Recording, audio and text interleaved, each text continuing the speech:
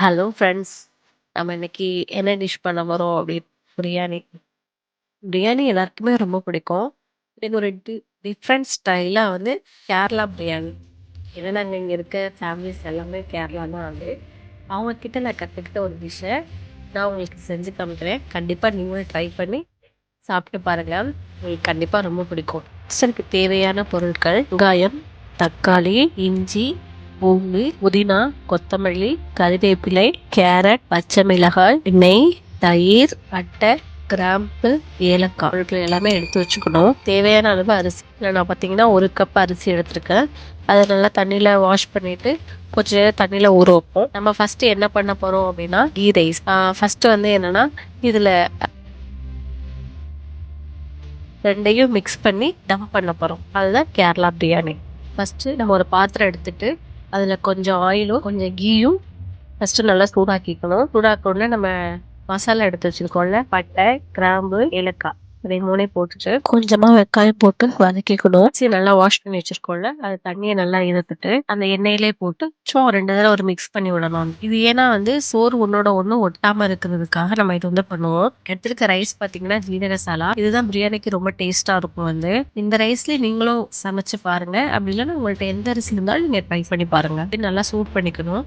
Okay, இப்போ நம்ம தண்ணி சூடானதும் அதை எடுத்து இந்த ரைஸ்ல ஊற்றலாம். இப்போ அடுப்பு சிம்ல வச்சுட்டு கொஞ்சம் நேரம் வச்சிடலாம். ஏன்னா அப்பதான் கொஞ்சம் நல்லா கொதிச்சு அரிசி வேக ஆரம்பிக்கும். ஒரு கொதி வந்ததும் லைட்டா அது மேல கேரட்டு, கொத்தமல்லி, கருவேப்பிலை இதை எல்லாத்தையும் போட்டுட்டு தம்ல வச்சிடலாம். ஓகே, இப்போ நமக்கு கீ ரைஸ் ரெடி ஆயிடுச்சு. இதை ஒரு சைடு வச்சுக்கலாம். இப்போ இன்னொரு சைடு பார்த்தீங்கன்னா நம்ம மசாலா ரெடி பண்ணோம். அதுக்கு வேற ஒரு பாத்திரத்துல ஃபர்ஸ்ட் ஆயில் எடுத்துட்டு வெங்காயம் போட்டு நல்லா வதக்கி எடுத்துக்கணும். அந்த வெங்காயம் நல்லா பொன்னிறம் வர வரைக்கும் நல்லா வதக்கணும். இது பார்த்தீங்கன்னா பெரிய வெங்காயத்திலே கொஞ்சம் ஸ்மாலா இருக்கும்ல, அந்த வெங்காயம் எடுத்தீங்கன்னா நல்லா டேஸ்டா இருக்கும்.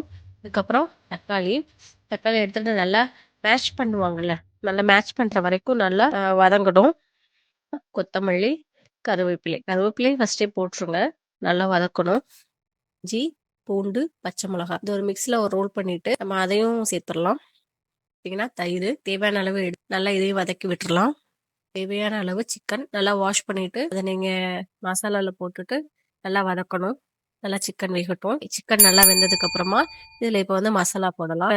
இதுதான் ரொம்ப மெயினான ஒண்ணு. என்னன்னா நம்ம மசாலா பேக்கெட்ல வைக்கல, அந்த மாதிரி இல்லாம கரம் மசாலான்னு பேக்கெட்ல இருக்கும். அதாவது பொடி இல்லாம பட்டை, கிராம்பு, சோம்பு அந்த மாதிரி இருக்கும். நான் நெக்ஸ்ட் டைம் இதோட பாக்ஸ் காமிக்கிறேன். கொஞ்சமா பெப்பரு, மஞ்சத்தூள் கொஞ்சமா போட்டு நல்லா மிக்ஸ் பண்ணி விட்டுருங்க.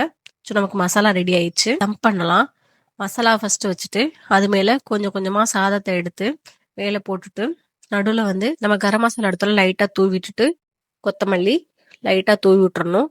லாஸ்டா ஃபைனலா பாத்தீங்கன்னா கொஞ்சம் மேல கீ ஊத்திட்டு ரொம்ப சிம்ல வச்சிடணும். ஒரு 15 மினிட்ஸ் இருந்துச்சுன்னா போதும், நல்லா தம் ஆயிரும். உங்களுக்கு டேஸ்டியான பிரியாணி கிடைச்சிரும். கண்டிப்பா வீட்டுல ட்ரை பண்ணி பாருங்க. நீங்களும் இந்த பிரியாணியை உண்டாக்கிட்டு டேஸ்ட் எப்படி இருந்துச்சுன்னு கமெண்ட்ல பின் பண்ணுங்க. Thank you so much.